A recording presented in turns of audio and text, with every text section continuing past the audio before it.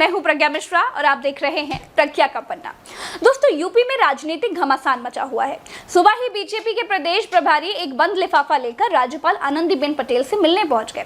दोस्तों, बंद लिफाफे में क्या है आगे बताएंगे, लेकिन योगी आदित्यनाथ से दिल्ली वाले लोग बिल्कुल खुश नहीं है। योगी और मोदी के बीच सब कुछ ठीक नहीं चल रहा है।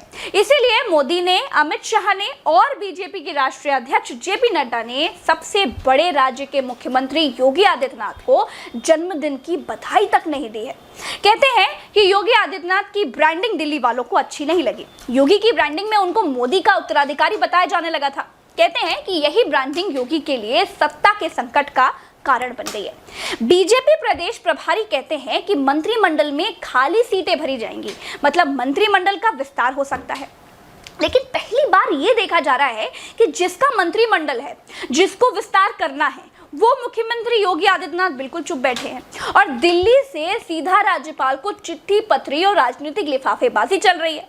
राज्यपाल आनंदीबेन पटेल गुजरात से हैं। ये वही आनंदीबेन पटेल हैं जो मोदी के प्रधानमंत्री बनने पर गुजरात की मुख्यमंत्री बनी थी। अब यूपी की राज्यपाल है, यानी राज्यपाल प्रधानमंत्री नरेंद्र मोदी की विश्वस्त है। राज्यपाल का पद वैसे तो संवैधानिक है, लेकिन सबकी आस्थाएं कहीं ना कहीं किसी न किसी के साथ तो जुड़ी होती हैं।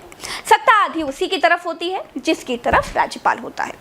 योगी आदित्यनाथ आरएसएस की पसंद है, लेकिन जिस दौर में मोदी है तो बीजेपी है के नारे गूंज रहे हों, उस दौर में आरएसएस चाहकर भी बहुत कुछ नहीं कर सकती। योगी ने आरएसएस के एजेंडे को पूरी तरह से लागू किया है।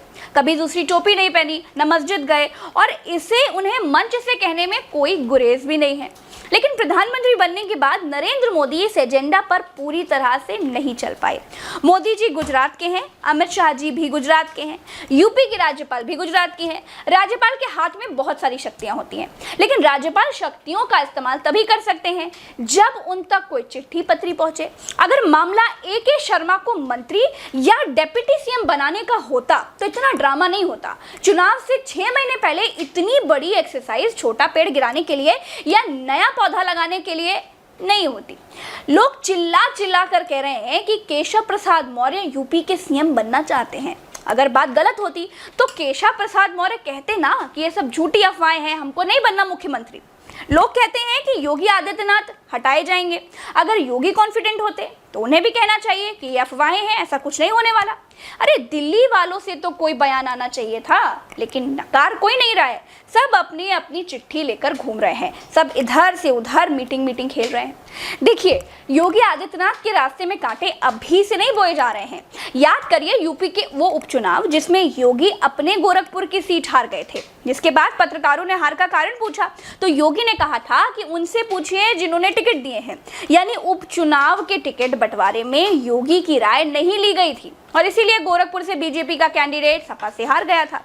फिर केशव प्रसाद मौर्य की सीट फूलपुर से भी बीजेपी हार गई। फिर नूरपुर और कैराना भी उसी समय हार गए थे।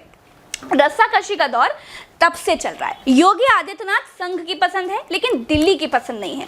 कहा जा रहा है कि योगी के राज्य में कोरोना बहुत फैला, वो कंट्रोल नहीं कर पाए, पार्टी की बड़ी बेइज्जती हो गई। यूपी पंचायत चुनाव हार गए, बहुत बेइज्जती हो गई। इनसे इनके ही विधायक, मंत्री और कार्यकर्ता नाराज हैं। 2022 में कैसे चुनाव लड़ेंगे? लेकिन यही सब तो दिल्ली वालों के साथ भी है। वो भी तो बंगाल हारे, देश में कोरोना फैलाने के जिम्मेदार तो वो भी हैं। खैर, यूपी में आगे क्या होगा मैं आपको बताती रहूंगी। इस वीडियो में इतना ही। चलते हैं। राम राम, दुआ सलाम, जय हिंद।